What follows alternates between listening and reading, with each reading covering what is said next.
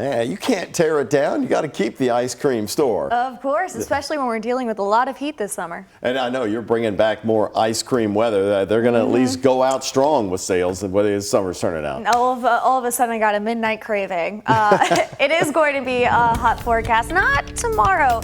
It's going to be pretty seasonal, but by the time we get towards Saturday, we are back in the mid-90s. Now, we got a lot of rain today. Also, a lot of rainbows. So many photos were sent in. This one was taken by Brittany McCain in Goshen, Kentucky. You can see it's a double rainbow. Very cool to see after all the rain cleared out. And this is how much we clocked in. Just over an inch here in Jefferson County. That is great.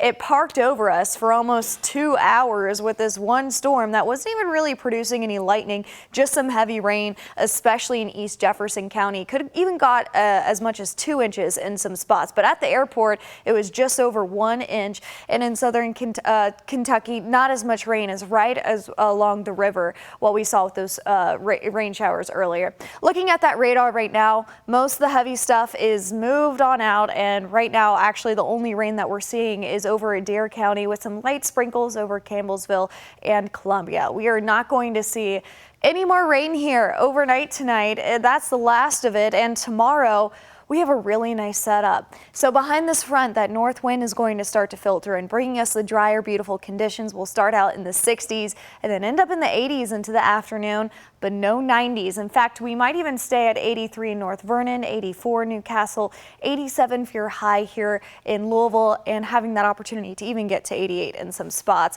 So dark skies right now, temperatures clocking in 74 at the airport, 69 in LaGrange, 69 in Carrollton, 70 in Lebanon. Behind this front, that north wind is going to bring low humidity. I think that's the most important part.